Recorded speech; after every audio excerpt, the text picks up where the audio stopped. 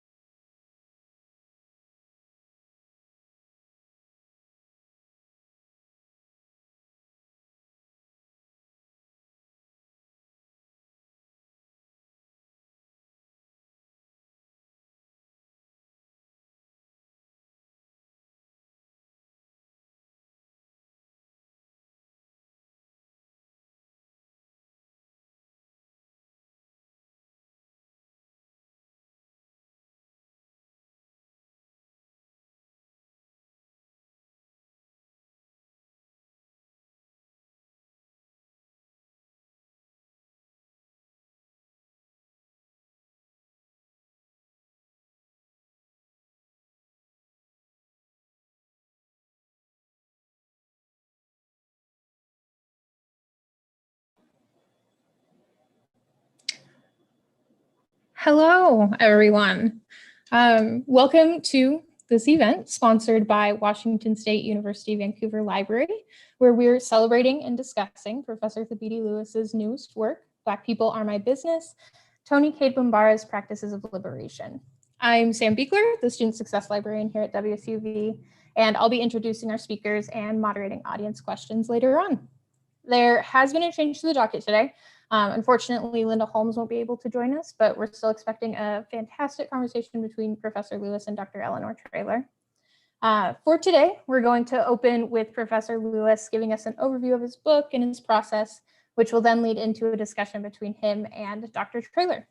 Throughout the program, we encourage those watching to submit questions to the YouTube chat, and we'll go ahead and answer those towards the end of this event.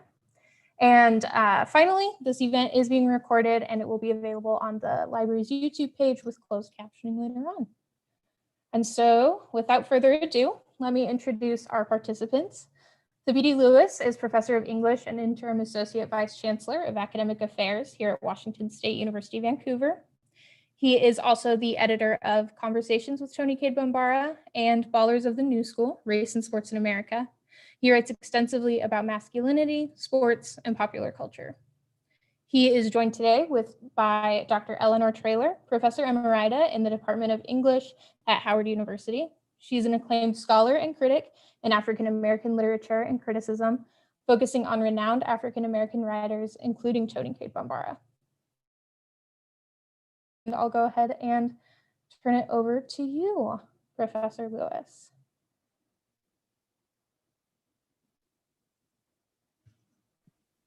Okay, Dr. Traylor, you wanted to make a quick comment before I start? Okay.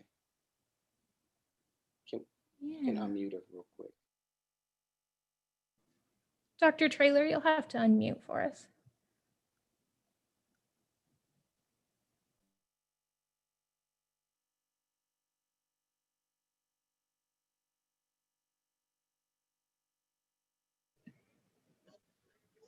Can you hear me now? Yes. Good.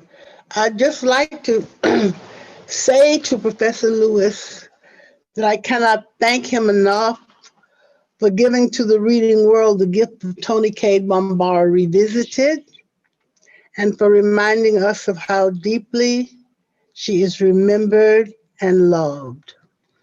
As Karma, her daughter, once said, "Oh, Mama, I knew you were a genius, but ooh." So I think the ooh may have inspired Professor Lewis on his Bambara project. His first book, Conversations with Toni Cade Bambara, is wonderful. It's wonderful because I'm included in it.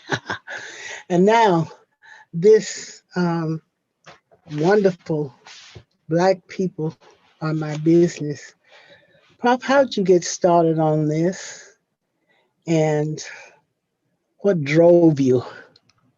Yeah, that's a good question because it doesn't just come out of nowhere. I'm from St. Louis, and as a child, my aunts and uncles took us to, the breakfast programs that they ran and campus organizing protests. And when I was an undergraduate student at the University of Rochester, I majored in English and history, but I was really inspired by a literature professor at the time who was there at the University of Rochester, Tiffany Patterson, who taught a Black women writers course that literally changed my life, and it introduced me to Toni Cade Bambara. And so I went on to major in literature. And after that, I worked as an assistant editor at Third World Press for a few years. And I spent time with Hakeem Thabiti. And I got a chance during that time where, they had independent Black bookstores and a school.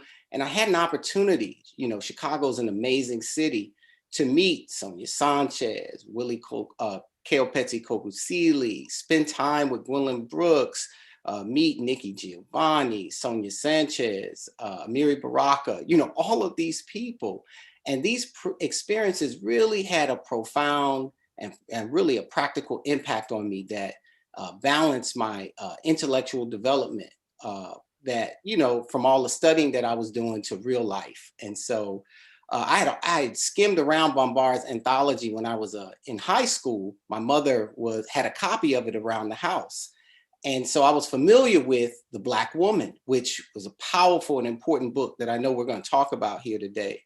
But when Bambara died, a person who was close to me at the time suggested that I write about her. And but because when I was an undergraduate student, I'd studied the Salt Eaters, read the Salt Eaters, it was so overwhelming, I really hesitated at this as a project because anyone who's tried to read that book knows that it's not an easy feat. Absolutely. That's right. So when I was doing my dissertation, they told me there was going to be no other books on hers. And over that course of those 3 years, 2 more books came out: Deep Sight Rescue Mission, and of course, Those Bones, which are not my child, her novel, which is 900 pages. So can you imagine the delay of that? So, that those things led to me picking her as a topic. And so that's sort of how I came to her, through those life experiences and intellectual experiences. And, the book itself is divided into about 7 chapters.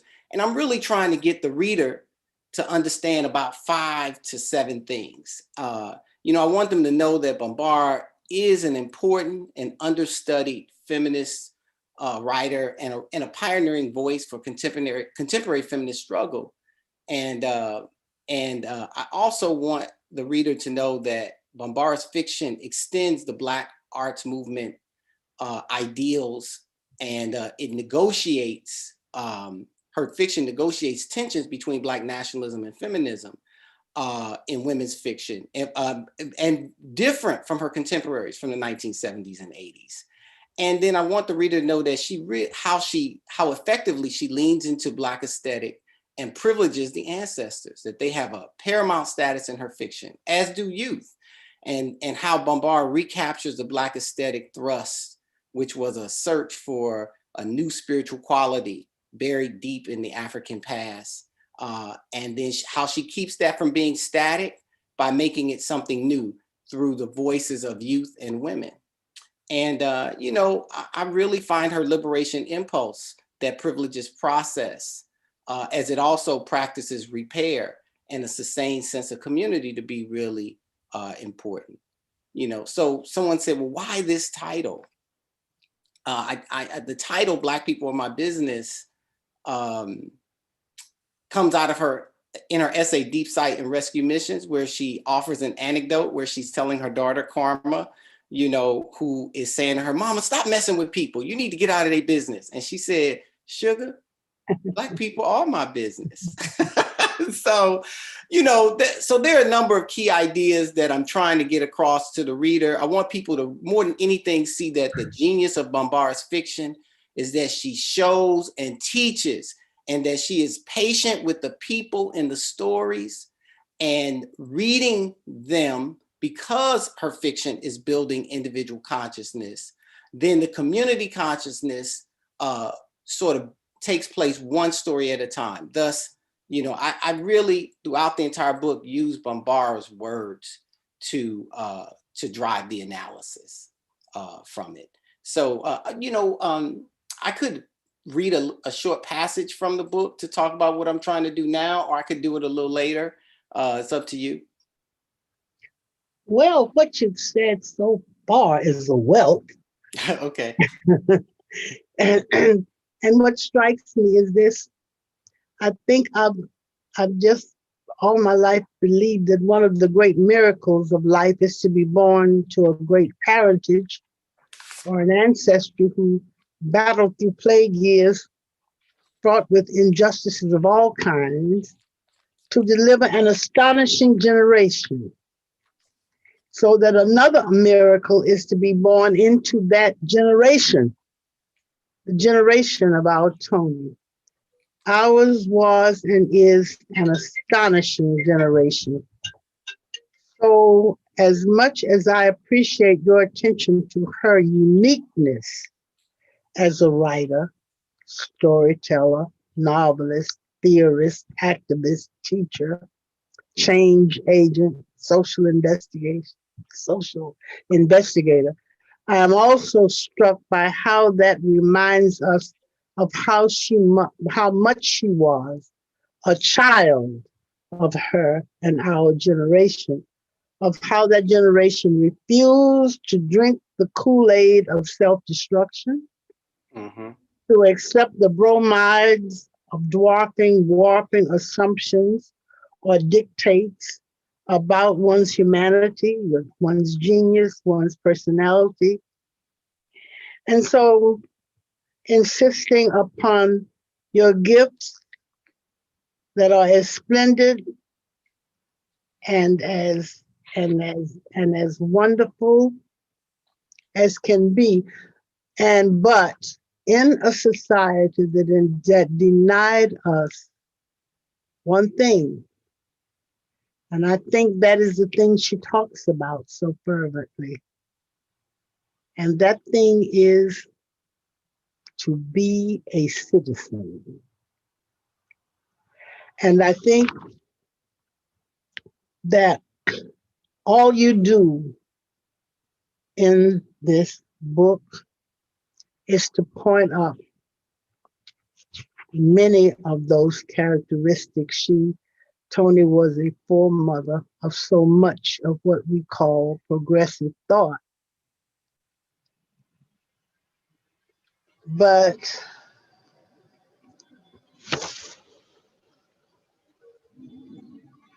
it was really the thought of the people who raised us that she brought to the fore. In other words,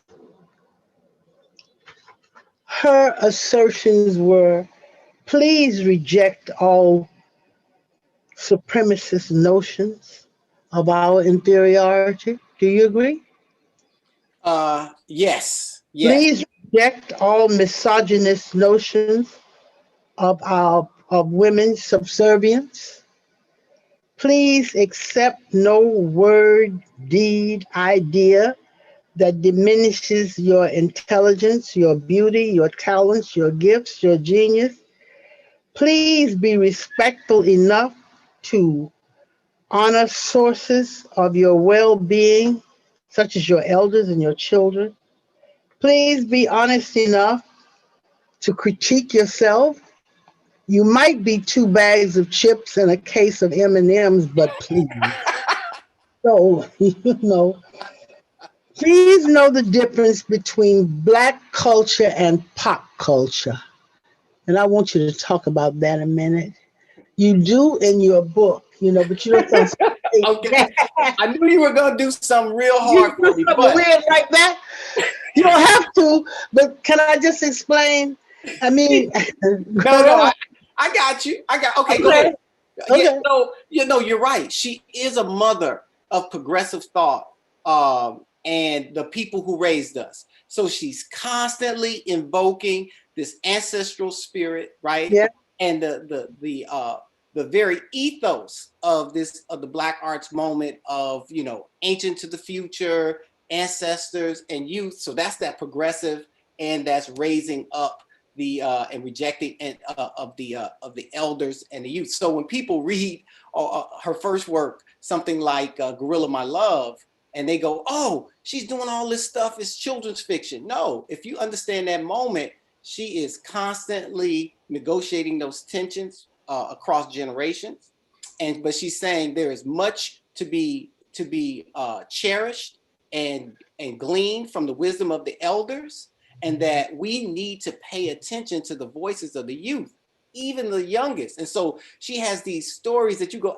big deal. And then you go, oh, wait a minute. This is something as simple as don't lie to the children. This idea of her thing is about, as you said, what we need today, truth, right? That's a theme for our contemporary moment, which we can play with. But her whole work was about the truth. And then rejecting notions of superiority and inferiority constantly along gender, where she's checking misogyny, patriarchy, but at the same time also checking the lack of sisterhood and unity. And so she is very honest and willing to critique all who are not serious about being progressive, right? Because right. And that please is a reject notions imposed upon you. You know what I had reference to when I talked about the difference between the popular culture and the black culture. When I was growing up, Amos and Andy Mhm. were two white men who were the golfing companions of General Eisenhower. And they made up Amos and Andy and Kingfish and uh, what's her name? Uh, the unfeminist woman's Yeah, name. yeah, I can't remember. It'll come to me. Yeah, but it'll come. But the thing is, those notions are impositions that some people walked into and thought that that's the way you were supposed to behave, that was what black culture is not, as are so many of the stereotypical images now. And so, that thought, even though it seems obvious, is revolutionary because it went so far to penetrate all that people seemed to take for granted, except that you were brought up in a culture where you knew that that was not so. But I just think that it is important to make those distinctions, and she made them. So, Yes, she does. She does. Eleanor, it's interesting because when you make that comment, we see, the same sort of things that play out today, where you have, a small number of individuals control media, And particularly I think about music and popular culture, and you Yeah. have these constructions of, what is not just Black culture, but I'll use that as one of many examples. This is what it is, and this performance, if you will, represents this authentic article. And so, you have in many ways a sort of a modern performance, if you will. Yeah, well, it also gets into the question of commodification, doesn't it? Yes. People make a whole lot of money doing that. Amen. Those two guys made good gobs of money, and people continue to, even up to the Norman Lear series. I like Norman, That's but right. the Norman Lear series, that was a profit-making enterprise, and a lot of people benefited from it. And fine, as long as you can take it as fun. But you can't take something as fun that is being imposed upon your life and you being treated in terms of it and not as a citizen. Yeah, and so speaking of citizens, so when you look at Gorilla My Love, in that collection of stories, you see citizens, just everyday people. Those citizens and their humanity is unveiled. And the seabirds are not are still alive. We see ordinary citizens in story after story, and their lives are unveiled. And it's, some of you go, man, this is kind of, maybe it's a little boring. It's just, just everyday people. And so without her making that statement, she just does that. Like, here the people. This is what constructs community in all of its contradictions and its diversity of being. Right. Yeah.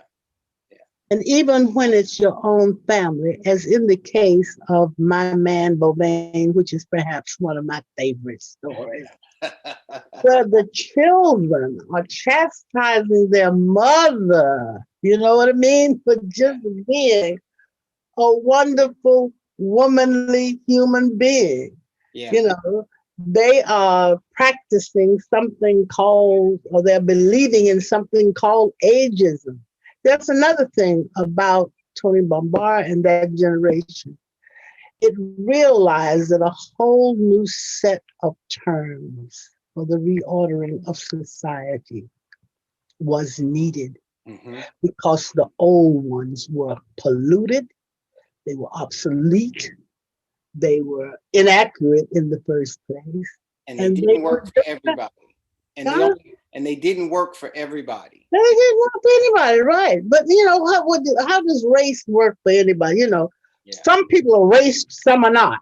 And how does sexism work? How does ageism work? How does any of those awful things? Those are categories for the manipulation of people, right?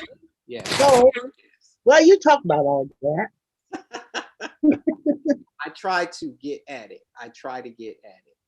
What you said was that your study situates Bombara's nationalist, feminist, Marxist, spiritual, liberation discourses within an uncompromising Black aesthetic tradition, right? And you see Bombara as pivotal precursor in her generation. But that's a very important thing. Now, just explain that to Miss Ludy. Explain that to my neighbor.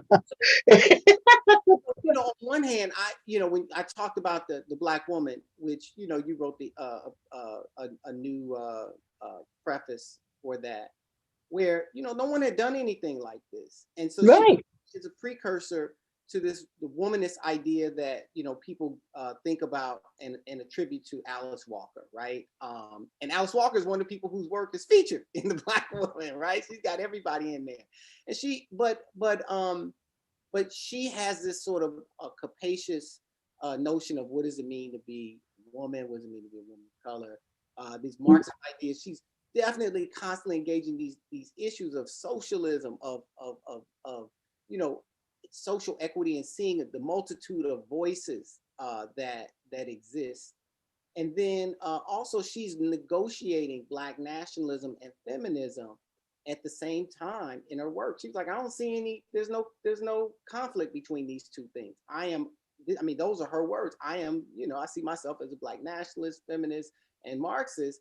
And her work is reflecting, all of these particular ideas where she's really trying to create equity within our social. That's true. But the way she did it, I mean, Tony Bombara is hilarious. Those stories are just as funny is. They just make you, and they make you understand the point right away. You know what I mean? If you don't know what Marxism is, she'll tell in a line or two, she'll make you understand. You know what I mean? And what you say is so true that she balances things. If a Marxist way of thinking is that all that is solid melts into thin air, then another thing, another approach is, lo, I am with you always. And both of those things are so. And she balances them, But even more than that, I mean, she just is incredible she was an early Dave Chappelle. I mean, I think Dave Chappelle learned from her, but you're laughing. Look, let's talk about Marxism, capitalism. Just the lesson is a great example of, as well as, Freire, the pedagogy of the oppressed, as well. You know what I'm saying? As well, she's pulling on her experiences as a social worker, working with the people and understanding, for me, that's in my analysis of that story, it's the greatest example of it. What does it mean to become liberated? What is spiritual wholeness? Where you have Miss Moore, who, is always trying to get more out of the kids, right? Get them to, think about more than just what's in front of them. But when they go in that story into the Schwartz, and those kids are looking at, the inequities of capitalism, and really being as tough and prideful as they are, being stung and overwhelmed in that sense, and they become critical of these inequities, economic inequities, and yet, even though she levels that, Eleanor, she then poses to the audience, to the readers, is the lesson really learned? Because she'd given a couple of the kids $5, and the cab ride don't cost but 50 cents. So what are they going to do with that extra money? Are they going to be capitalists? Are they going to share? Are they going to give back? Are they going to make sure everyone has an equal shot at the dough, which is one of the lines in that story? And so you're laughing, but there's a real depth in what she does. There is a real depth in what she does, and and there will be one character that will carry the line. And that story, Sylvie carries the line. And the last thing Sylvie said, that I cannot remember, but it's so cool. It is just wonderful. I gotta figure this out. I gotta think about this day. I gotta work this out. She leaves. That's right. Anyway. And this is what $15,000 for a what? Why do you need it? What possible? She's overwhelmed by what exactly we are. We never say that. And we think that we need to have it. When you examine it, you don't need it at all. Why are you doing that?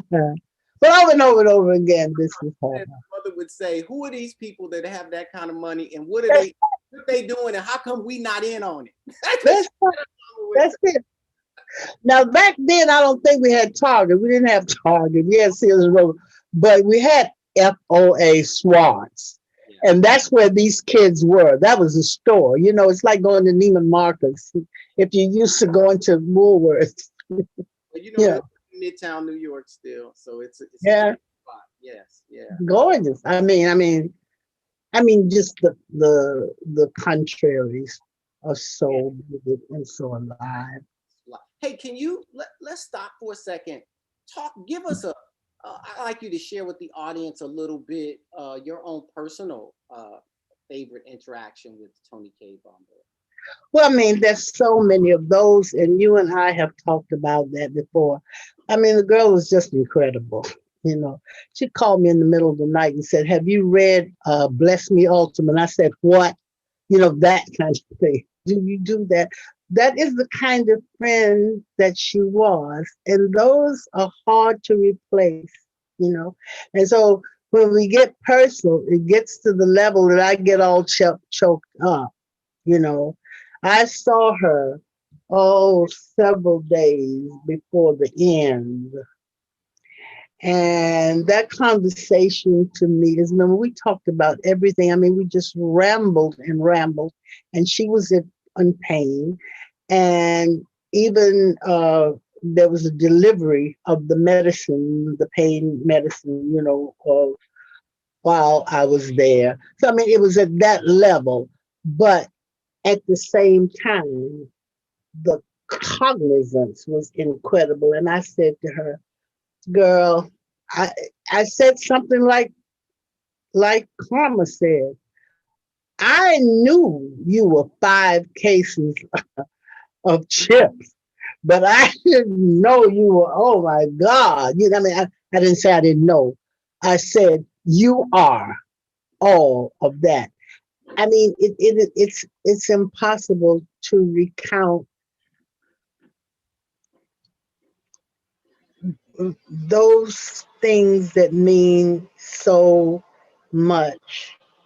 Anyway, she does it, comes out in the stories, comes out in the writing, comes out in all that she did. She just was extraordinary and phenomenal. You know what's really interesting is someone who is so counter mainstream. All of her books were published by big publishing houses. You know, and I know some of that is tied to her relationship with Toni Morrison, who was her lifelong editor and everything. But Why am I not hearing you? Can we turn the volume up a minute, Sam? can you hear me? Can just a little more the volume up? Okay, Can go you hear me? ahead. Can you hear me? Yeah, yeah. Oh, I was just saying that I think she's really an intriguing in that also here's someone that's kind of counter mainstream, but yet all of her books were published by major publishing houses, Yeah, yeah, yeah. and but yet she's very much grassroots. I mean, and in her fiction, it reflects that. There's I was doing a as I was writing this, I was reflecting on the fact that there's always a culture center that character is functioning out of some kind of cultural center or within a community, and so this is a person that's very much grassroots oriented. And Well, I'll tell you this much. That's true. Her books were published by major publishing companies, but things were republished. She started out in organs and vehicles that were definitely grassroots. Um, when one of the moments of my life was when editor Hoyt Fuller called me on the phone and said, "There is this book called The Salt Eaters, and I have read it, and I know it's an important book, but you have to review it because I cannot." Now, Hoyt Fuller was editor, as we know, of Negro Digest and then Black World of the Johnson Publishing Company before he well, edited his own piece called First World. But it was a Liberator magazine, it was those small journals, there were academic journals and stuff like that. That's where she was. She was in, the academic place. We were the generation who made made the academy acceptable to people and made the word intellectual not strange, and all of that. And so, I mean, we were the builders and inhabitants of the coffee shops and the this, that, and the other. But they started, even as pamphleteers.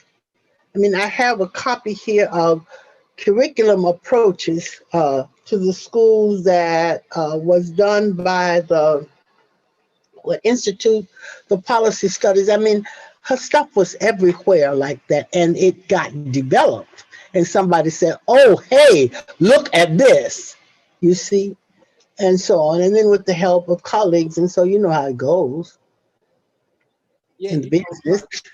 Dean Redmond was telling the story about how Bombara came and gave a talk in St. Louis, and then he took her to the airport. I mean, she did her talk, and then he said about a week later, he's doing something in the city, and she's still there because she had connected with local organizers who were doing some work, and she was helping them lay out a policy statement and blah blah blah blah, and she just was still hanging out, just helping them kind of get their organization moving forward. And he just said, man, and that's what Toni did, you know, as she moved around.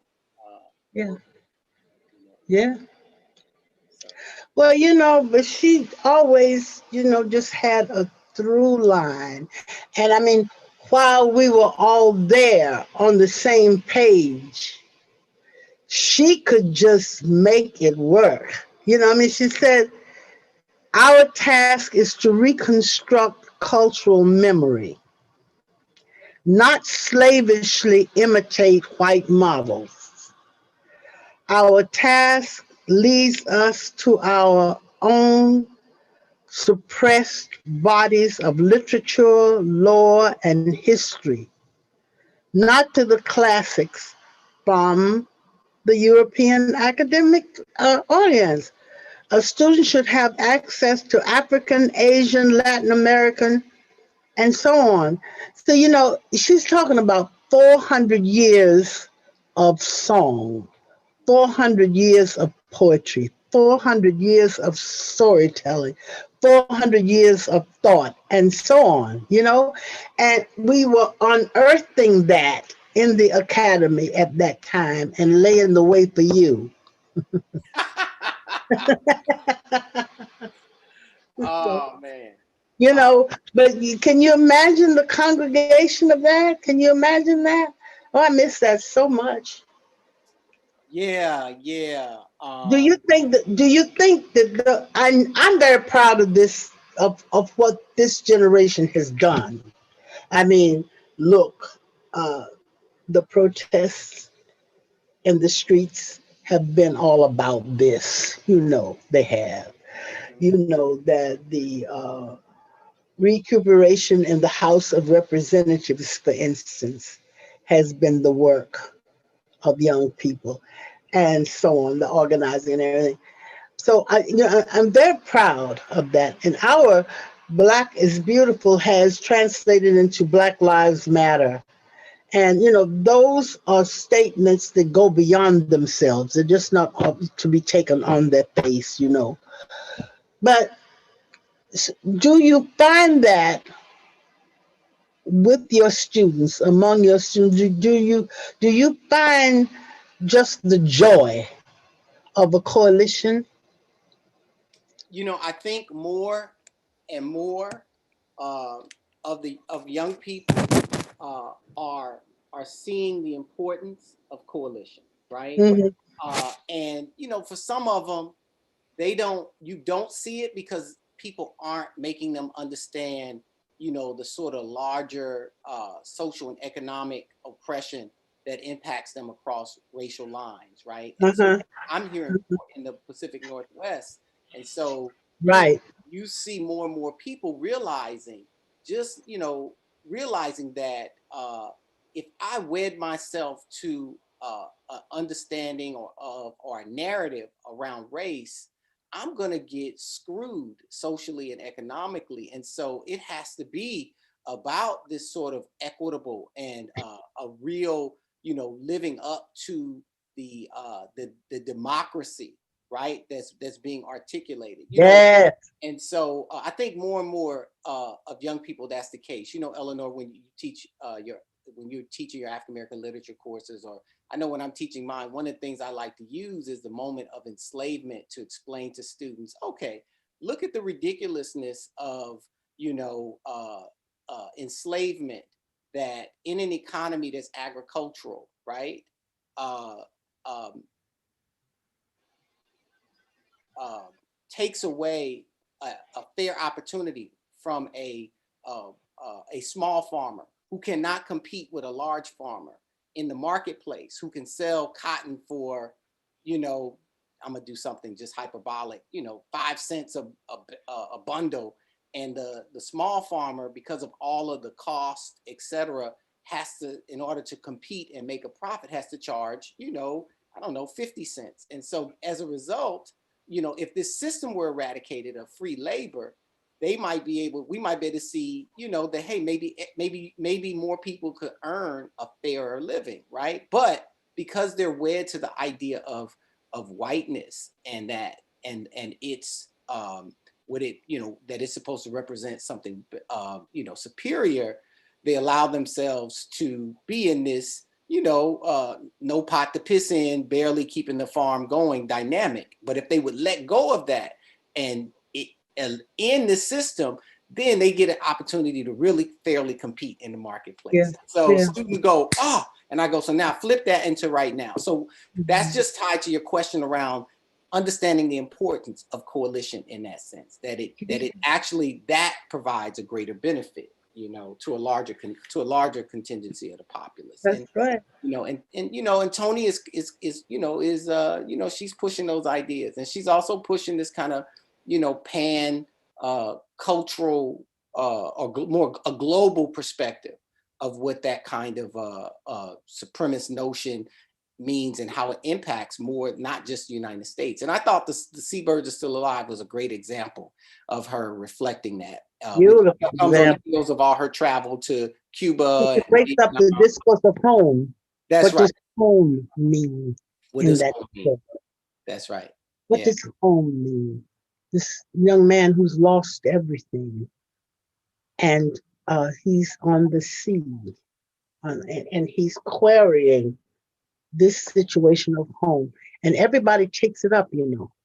Yeah. That becomes a discourse. Clear across the Tony hands and everybody. Ishmael, and look at Ishmael Reed, for God's sake, it's just wonderful. Yeah. And Ishmael is her, what I mean by a generational spirit. All of the ideas that she's these stereotypical, these diminishing, these dwarfing, warping ideas that are afloat that make our lives miserable. Ishmael calls them dopey duckism. I mean, it's wonderful. I mean, it was a generation who delivered terms, new terms for the order. And Chuck D called it dumbassification, that kind of. And so they were all aimed. I like what you do also when you really show how the stories critique the empowerment movement, how the stories critique civil rights emphasis, the nationalist emphasis, the aesthetic emphasis, the feminist emphasis, and how they critique and how they're balanced. I know you don't want to talk about that because it's heavy, right? Well, yeah. No, I mean, you're absolutely right. I think, you're absolutely right. That's the spiritual wholeness where we're, really engaging, the full spectrum of, what is that reality? And so, she's critiquing feminism, but also holding it up. She's critiquing sexism, but also holding it up. Right. She is always instructive, always teaching, and always showing that it's a step by step. Like, look, the story that people probably don't even pay a lot of attention to is the story with the boy Crazy Manny. And where, there's the two kids in Gorilla My Love, and they have this conflict around, that there's supposed to be a fight between the two of them. Not Raymond Run? Well, no. Raymond's Run is another good example of, this idea of brothers and sisters. Right. Brothers. Right. So look at Toni, this double entendre, brother and sister, right? So literally, but also brothers and sisters Mhm. needing to be united, right? Yeah. In Yeah. in the struggle to run the race, right? To run the race, to be winners. And in the end, you know, they can we all be winners? And that, you know, she doesn't have to uh, push back her excellence as a runner. She can win the race and still be friends with the young woman Gretchen, right? So we could these, you know, sisters, we can be allied. We need to be I allies, like it. and Yeah. then we together can teach my brother who's a little slow, because that would be her nice way, funny way of talking about, you know, these brothers and their sexism is a little slow, but it's the younger sister who's actually, right, helping and looking after her older brother. Yeah. And so, you know, Tony is so many levels and layers, and And you don't even realize she herself is a younger sister, right, of her brother Walter too. yes. She is. Steve. You know, we were in an acute period of the subversion of democracy. That period between 1954, as she calls it, through the 60s, through the Nixon administration, through the Reagan administration. But now, and what we thought we had delivered, I think we did some good work. I think we won against a lot of dumbassification, if you want to know the truth. You know, I really do. But now we're in another period of the subversion of democracy. And Tony K becomes so real. I wish every book would be republished. I mean, it really does. I mean, she just Eleanor, is. you're right. She becomes important because she says to the reader, you know, we're at war, and our Yep. war is over the truth, right? And I said that earlier, but that is literally what we as in our society are actually struggling with, is Oh, yeah. how do we get at truth? You know, how do we get Yeah. at truth? And, you know, people play with truth in such a way that, you know, it creates the kind of confusion that makes you feel like, how do we get back to square one again? Why are we back at square one? You know? So, hey, you know, it's interesting that you say that. Let me just read a little passage from the book that I think captures the essence Yeah. of what we're Oh, talking about here, and okay. what I'm doing with her. So I said, you know, Bombar's fiction is also significant because it is steeped in a Black aesthetic tradition of transaction between writer and reader, and performer and audience. It serves three functional purposes for explorations of African American literature. One, it unites the community. Two, it includes female voice in a discussion of Black culture and life. And three, it opens multiple approaches to reading African American literature and culture. And what is so also distinctive about Bombar's fiction is her ability to counteract the hostilities and debasements projected by white society and patriarchy, as well as to interpret the entire range and spectrum of the experience of Black women. Perhaps a reason her work stands out is because it digs beneath the Black is beautiful phrase. It touches and unearths the treasure of female beauty lying deep in the untoured regions of the Black experience. And, Yeah. you know, and Yeah. so she precedes womanism. Bombard called for a new Black femininity that did not deconstruct the Black aesthetic, but rather pushed it towards its highest ideological aspirations. Indeed, Bombard's fiction models spiritual wholeness via artful practices of liberation. Her art Yeah. practices Black internationalism that is in physical, intellectual, and spiritual solidarity with what she called the quote, downpressed, end of quote, people across the globe. The one constant in her art is presenting ways for all the people to obtain political and intellectual development, which is why Bombar's vision and work cast a broad net of accessible, capacious, and complex representations of Blackness that did not betray feminism or Black nationalism. So her art aligns with what and who the people really are, and is a genuine celebration of the people. I think that's right. Because when you say she creates, and you do say she creates a humanistic discourse, what you mean, or do you mean, that she simply erases or dismisses any language or conversation that diminishes human beings and our human possibilities? That's Is right. that right? That's right. That diminishes human beings, our human possibilities. Yeah. There's a quote that Bambara has, and you've probably heard this before, where she said, I think Black people are fours. And she said, Yeah. Black people are fours. And I was like, damn. And I was like, why? Yeah. She said, Black people are fours because we get caught into the four corners, right? That this corner, that corner, like you're boxed in. And she said, they never look up to see that there's something up above. There's a way out. There's a way above. And so, while I was working on her, I really tried to make that a part of my being, right? That, there's no limitations, right? And Dana and I had this conversation, Dana Williams, about just, Bambara's humanity, her as a humanist, but, that there's no limitation, that the people need to step outside, of these kinds. That's exactly why she recommends Black culture, because that's what happens. We do look up and get out.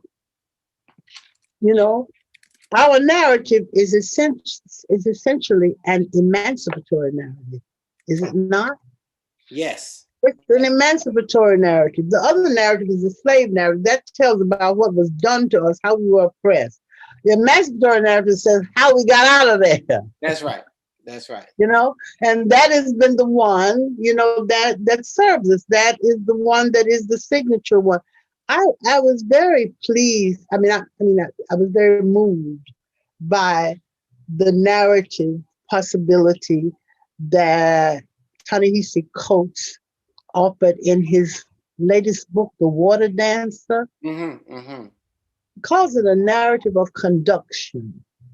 And I like that so much, because that narrative of conduction is exactly the kind of liberatory work that Bambara leads, and that our generation, I think, aspired toward. That has to be examined. People have to read that, but the thing of conducting ones, like Harriet Tubman conducts one over into free land and say, you better not go back. Yeah. It's marvelous. So, her work is emancipatory. It was the work of that generation. I contend that. Yeah. And Eleanor, there's a couple of her two novels are really so first let me say this, and then I just want to make a comment about her two novels and tied to this. Is also, everything is tied to what you said, but Farah Jasmine once said that Bambara walked up upon her one day. She was sitting reading a slave narrative. She's like, what are you reading? And she said, no, these ain't slave narratives, these are liberation narratives, where people are writing how they got their liberation. And so that was really striking to me, that was the perspective that Bambara had, and that she passed on to Farah. And then I try and convey that when I'm teaching the literature and saying, no, these are liberation narratives, right? Like you said, Frederick Douglass said, I told you how a man's made a slave. Now let me show you how a man becomes, liberated. Right. But I can prove it. It's documented. When Beloved was published, I call it an emancipatory narrative, and I traced the tradition. And I said, slave narrative is not useful. You must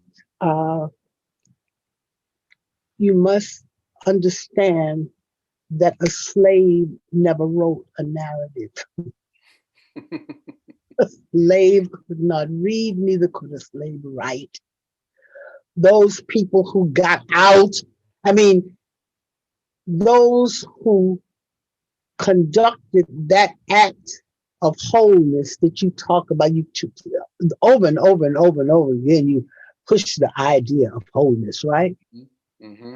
Mm-hmm. And those narrators, Frederick Douglass, Harriet Jacobs, Harriet Tubman, all of those people, and all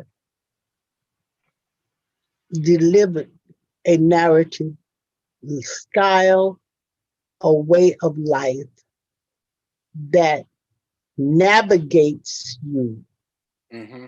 from a situation of subjugation, right? Mm-hmm. Mm-hmm. No, that's great. And you know, her work does that. I'm sitting here listening to you thinking about her two novels that Oh, yes. that do that very thing, from the Salt Eaters, and you know, this notion of, hey, do you want to be whole? Like, you have to want to be whole, and then there's a process, you know, in that.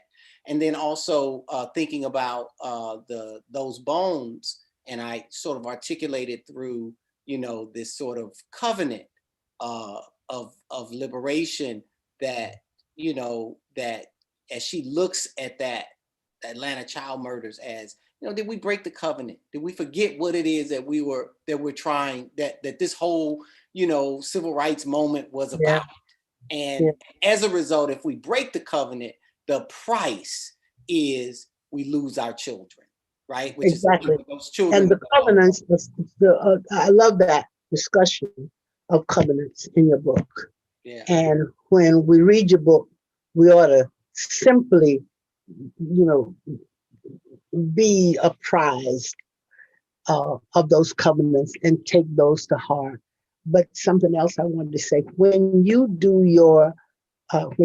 begin your discussion of the salt eaters Mm-hmm. and your discussion of those bones, you begin your discussion of salt eaters with a bibliography of readers, right? People who have read the book and commented on it, right? People talk. But but I am missing my favorite readers and comments in that section.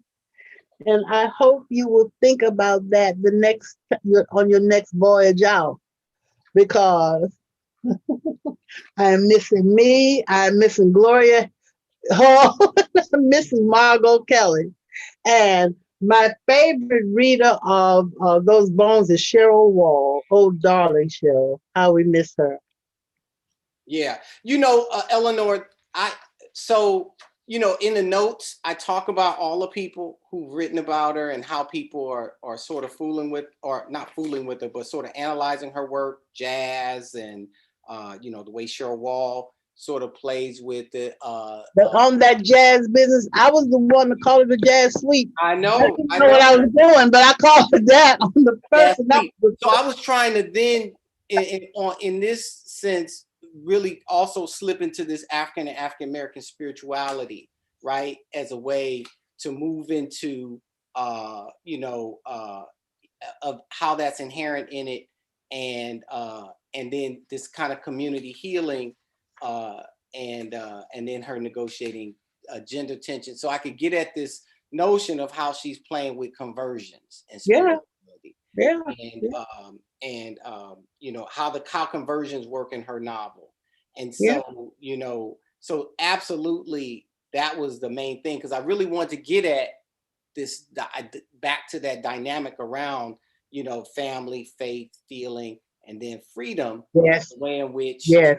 to examine Velma's reorientation Hmm. in the Salt Eaters. So that And was, that's what you're calling the Black aesthetic: I'm family, community, faith, and feeling. I mean, that is the yeah, I'm kind of, saying that, so yeah, those ideas, that sort of spirituality, the yes, wholeness, and the spirituals yeah, is definitely tied to those, you yeah, know, to those dynamics, because yeah. that's He there. said, Freedom, faith in the, you yeah, know, righteousness of one's struggle, and in self, and your own, you know, sort of cultural attributes, et cetera, and feeling, right? Does that's one it. understand what that African American spirit and spirituality is about, and the role that it plays, right? So when you think about something like the Haitian Revolution, a large part of that of that revolutionary moment is spirit. Spirituality is at the core of that uprising and that. Absolutely. Except that idea of wholeness is extremely fecund in Black traditions. I mean, everybody attempts it. Yeah. Mr. Du Bois, when he talks about what really an education should be. Yeah. Yeah. It should provide it should provide a wholeness, and he calls it intelligence, broad sympathy, this outreach, this multidimensional stuff, a knowledge of the world that was and is, and our relation to it. If you have that, you are whole. Yeah. If you have that, you're educated. Yeah. If you don't, you ain't. Oh, hey, we have a question from Steve Fountain. He said he read The Salt Eaters long ago, but he's curious about, he said he's curious about what you would recommend as a place to start. The novels, the essays. I start with the stories. Yeah, I was going to say, I would start with her short stories to get you to not give up on, oh, I don't want to fool with that writer. Because she's such a masterful short. She herself will admit that the short story is that's her genre, that she's, that she feels she's best at. I think she's a good novelist too, but the short stories is where you should start, Steve. She's a good novelist, but I called it a jam session. Yes. Because she plays just like those musicians. A melody is announced, and then each instrument goes to work, right? And plays all the riffs, getting out all the bugs. When it's replayed, then it's a completely new thing. But it's very complex. And you know how you do. You have to listen, and you have to listen. That's right. You have to listen. Eleanor, that's what you just said. The Salt Eaters, you gotta really listen. And it's hard. Warren Carson called me. He was like, Thabiti, I know you, the expert on the Salt Eaters. I trudged through it, but and I was like, I hear you. But you have to listen, meaning it is a book that demands that the reader has to read it several times and really listen to the various voices that she's trying to allow to carry the narrative, and so it is a jam session. It is a jam session. Who was that asked that question? One of my colleagues in what's his name? Steve Fountain. Steve, read my piece on the Salt Eaters. Yeah, that's true. Read it, honey. It was the hardest thing to do. I was about the first or second person out with that. And it's in a collection of essays by Marie Evans called Black Women Writers. It was first published in First World, and it was called My Soul Looks Back in Wonder. And then when it was published in Marie Evans' book, the editor renamed it Music as Theme, the Jazz Mode of Tony K. Bambara's The Salt Eaters. Yeah. That might help, and then we can talk later. And I examine that novel as sort of gospel renewal, if you will. Oh yeah. Yeah. So I'm interested. Did you use the spirituals? Yeah, well, and that's what I'm channeling: family, faith, feeling, freedom. Yeah. Matthew's outlines in you got a lot out of that. I like that. Ancestors, that's right. But I always heard it as a bebop artist. You know what I mean? But Eleanor, now I can't. You already laid it out there, so I said, okay, let me take it and engage the other, because she's into holistic. I think you're right. So I said, okay, let's try the Gospels and spiritual. Oh yeah, but see, it's wholeness in all of them, because bebop repeats. You know what I mean? They all. That's right. Wonderful. Yeah. Well, it looks like we've run out of time, and Sam is going to pull us up out of here. And well, it's been wonderful talking with you. It certainly has. I'm so honored that you would navigate what you don't like, which is all this crazy technology, to come and be in this space. Oh, I tell you. I hope I wasn't too bad, Sam. I tried to do my best. No, you were fantastic, Dr. Traylor. Thank you so much for joining us, and thank you, Professor Lewis, for sharing your thoughts on your book. And I just want to remind everybody that this recording will be available for future use, and it will be captioned. And in the link below, you can actually find, in links below, you can find the link to purchase Professor Lewis's book. And thank you again so much. This was really fantastic, and it was great to hear both of your thoughts on Tony Cade Bombara.